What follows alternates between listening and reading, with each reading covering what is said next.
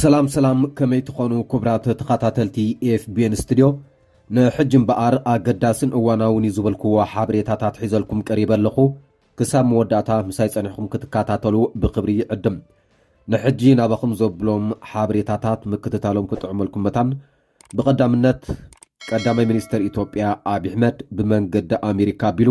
ናብ ፕሬዚደንት ኢሳያስ አፈወርቂ ዝለኣኾ ደብዳቤ ወይ ከዓ መልእኽቲ ዝምልከት ክኸውን እዩ እቲ ኻልኣይ ትሕዝቶ ከዓ ኣብ መንጎ ሰራዊት ኢትዮጵያን ሰራዊት ትግራይን ኣብ ከባቢ ጸለምቲ ብዛዕባ ተኻይድ ዝበሃል ዘሎ ኩናት ዝምልከት ሓበሬታ ብዛዕባኡ ዝረኸብክዎ ኣሎ እዚ እውን ኣካል ናይ ሕጂ ትሕዝቶና እዩ ስለዚ ክሳብ መወዳእታ ምሳይ ጸኒሕኩም ክትከታተሉ ብክብሪ ይዕድም ኣገዳሲ ኮይኑ ትረኺብኩም እውን ናብ ካልኦት ንኽበጽሕ ሼርን ላይክን ክትገብሩ በዚ ኣጋጣሚ የዘኻኽር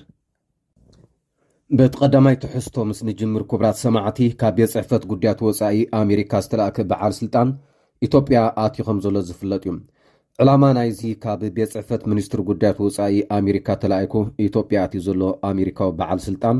ኣብ መንጎ ግብፅን ኢትዮጵያን ብሰንኪ ግድብ ኣባይ ተፈጢሩ ዘሎ ምትፍናን ንምርግጋእ ብፕሬዚደንት ዶናልድ ትራምፕ ከም ዝተላእከ እዩ ዝንገረሉ ብዛዕባ ዝምልከት ኣብ ዝሓለፈ መደበይ ብቐጻሊ ክቕርቦ ጸኒሐ እየ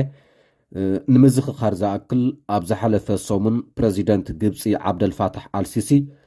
ዶናልድ ትራምፕ ነቲ ኣብ መንጎ ኢትዮጵያን ግብፅን ብሰንኪ ግድብ ኣባይ ተፈጢሩ ዘሎ ምትፍናን ንምፍታሕ ተርኡ ክጻወት ጻውዒት ኣቕሪብሉ ነይሩ ትራምፕ እውን ነዚ ኣወንታዊ ዝኾነ ግብረ መልሲ ይውል እዩ ቀዳማይ ሚኒስተር ኢትዮጵያ ወይ ከዓ መንግስቲ ኢትዮጵያ እውን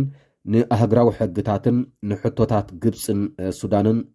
ክሰምዕን ብኡ ክቕየድን ተሪር ዝኾነ መልእኽቲ ኣመሓላሊፍሉ ነይሩ ኣብቲ ትራምፕ ሽዑ ዘሕለፎ መልእኽቲ እውን ሙሉእ ብምሉእ ኣብ ጎኒ ግብፂ ደው ብምባል እዩ ንኢትዮጵያ ከጠንቅቕ ተሰሚዑ ብዛዕባ እዚ ብዙሕ ኣብ ማሕበራዊ ሚድያታት እውን ክዝረብ ቀኒሎ ብሰፊሑ እውን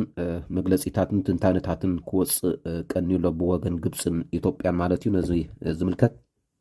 እዚ ንጎኒ ገዲፍና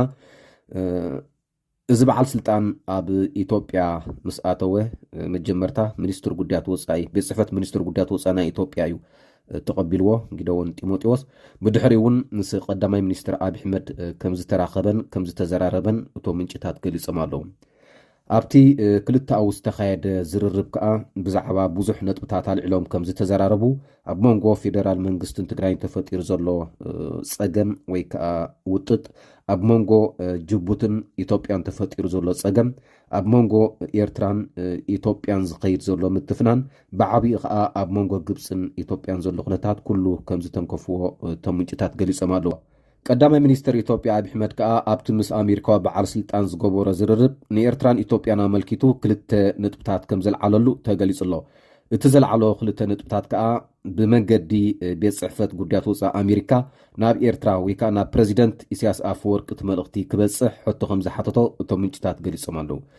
እቲ ክልተ ዛዕባ ወይ ከዓ ክልተ ነጥብታት ቀዳማይ ኤርትራ ንሃገርነት ሶማሊላንድ እንተደኣ ተቐቢላቶ እቲ ብወገን ኤርትራ ዝሓትዎ ዘለዉ ምጥቃም ኣፍ ደገ ባሕሪ ብምውንዛፍ ወይ ከዓ ብምግዳፍ ብኣንፈት ሶማሊላንድ ክጥቀም ምዃኑ እቲ ኻልኣይ ከዓ ኤርትራ ንህወሓትን ፋኖን ካልኦት ኣብ ኢትዮጵያ ዘለዉ ዕጡቓት ወይ ከዓ ሓይልታት ደገፍ ምግባር ደው ከተብሎን እዚ ብወገን ብመንገዲ ኣሜሪካ ገይሩ ናብ ፕሬዚደንት ኢሳያስ አፈወርቂ መልእኽቲ ክሓልፈሉ ሕቶ ኣቕሪቡ ከም ዘሎ እቶም ምንጭታት ገሊፆም ኣለዉ ካልእ ብዙሕ ዛዕባታት እዮም ተዛሪቦም ብዛዕባ ትግራይ ኢትዮጵያ ብዛዕባ ጅቡቲ ኢትዮጵያ እዚ ገለ ካብቲ ዝተዘራረቦ አብይ አሕመድ ከዓ ነቲ ኣሜሪካዊ በዓል ስልጣን ሕቶ ዝቕረበሉ እየ እቲ ገዳሲ ዝበልክዎ ዝነግረኩም ዘለኹ ስለዚ ኣሜሪካ ኣብ ጉዳይ ኣፍልጦ ሃገርነት ሶማሊላንድ እንታይ መርገፂ ዘለዋ ትድግፎ ተረኣ ኮይና ንኤርትራ እውን ሕቶ ክትቕርበላ ከም ትኽእል እዩ እቶም ምንጭታት ዝገልፁ ብዛዕባ እቲ ንህወሓትን ፋኖን ካልኦትን ኤርትራ ትሕግዝ ኣላ ዝብል አብይ አሕመድ ነቲ ኣሜሪካዊ በዓል ስልጣን ዘቕረቦ ሕቶ ግን ኣሜሪካ ብዛዕባ እዚ እንታይ ዓይነት ኣፍልጦን መርገፅን እዩ ዘለዋ ክሳብ ዝተረጋገፀ ነገር ስለዘይኮነ ኣሜሪካ ብዛዕባ እዚ ናብ ኤርትራ ትሕልፎ መልእኽቲ እንታይ ይኸውን ኣብ ቀጻሊ ዝረአ ክኸውን እዩ እቶም ምንጭታት ወሲኾም ኣብ ዝቐረባ እዋን ካብ ኣሜሪካ ዝለኣኽ በዓል ስልጣን ናብ ኤርትራ ከኣቱ ምዃኑ እውን ገሊፆም ኣለዉ ኣብ ቀጻሊ ሓቢርና ንሪኦ ክኸውን እዩ እንተኾነ አብይ አሕመድ ግን እዘን ክልተ ዝለዓልኮን ሕቶታት እዩ ሓቲቱ ዘሎ ኤርትራ ኣብ ጉዳይ ሃገርነት ሶማሊላንድ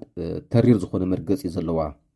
ሉላዊ ግዛኣትን ሓድነትን ሶማልያ ክቋራረስ የብሉን ብዝብል ነቲ ሶማሊላንድ ኣቕሪባቶ ዘላ ሕቶ ሃገርነት ካብ ዝቃወማ ሃገራት ሓንቲኣ ከም ዝዝከር ኣብ ዝሓለፈ ወርሒ እስራኤል ንሃገርነት ሶማሊላንድ ኣፍልጦ ከም ዝሃበት ኣውጃ ነይራ። ዓለማት ከዓ ብምልአን ብዛዕባ እዚ ነናትን መርገፂታት ከፍልጣ ፀኒሕና ኣለዋ። ነቲ እስራኤል ዘቕረበቶ ኣፍልጦ ሃገርነት ሶማሊላንድ ዝደገፈት ኢማራት ዓረብያ ክሳብ ሕጂ ብወግዒ ካልኦት ብዙሓት እውን ብውሽጢ ነዚ ጉዳይ ይደፍኣሉ ከም ዘለዋ ይንገር እዩ። ብዙሓት ካልኦት እውን ተቃውሞ ኣስሚዕና ኣለዋ ከም በዓል ኤርትራ፣ ስዑድ ዓረብ፣ ቻይና ብዙሓት ካልኦት ሃገራት። ናብቲ ካልኣይ ዛዕባ ምስ ንሰግር ክቡራት ሰማዕቲ ኣብ መንጎ ሰራዊት ኢትዮጵያን ሰራዊት ትግራይን ኣብ ከባቢ ጸለምቲ ውግእ ከም ዝተኻየደ ብዙሓት ምንጭታትን ከምኡውን ማዕከናት ዜናን ክፅብፅባ ውዕለን ኣለዋ ትማሊ። ኣነ ብወገነይ ብዛዕባ እቲ ክቐርብ ዝፀንሐ ሓበሬታታት ምርኩስ ብምግባር ንገለ ሰባት ኣዘራሪበ ብዛዕባ እቲ ዝነበረ ሓፈሻዊ ኩነታት ገለ ሓበሬታ ረኺበ ኣለኹ። ብዛዕባኡ ናባኹም ከብሎም ጠንቂ ናይቲ ኣብ መንጎ ሰራዊት ኢትዮጵያን ትግራይን ዝተኻየደ ውግእ ኣብ ከባቢ ማይ ፀብሪ ዘሎ ሰራዊት ናይ ኢትዮጵያ ኣብ ልዕሊ ነበርቲ እዚ ዘይበሃል ግፍዕታት ይፍፅም ከም ዘሎ ብዙሓት ምንጭታት ክሕብሩ ፀኒሖም እዮም።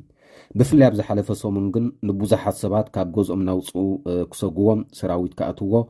ካልኦት ካብ ዝተፈላለዩ ከባቢታት ክልል ኣምሓራን ካልኦት ዝመፁ ሓደሽቲ ስፍራታት እውን ኣብቲ ገዝኦም ከኣቱ ከም ዝጀመሩ እዮም ቶም ምንጭታት ዝገልጹ። እዚ ኣብ ልዕሊ ነበርቲ ማይ ፀብርን ከባቢ ዝበፅሕ ዘሎ ግፍዕን ኣደራዓን ደው ክብል ከም ዘለዎ ከዓ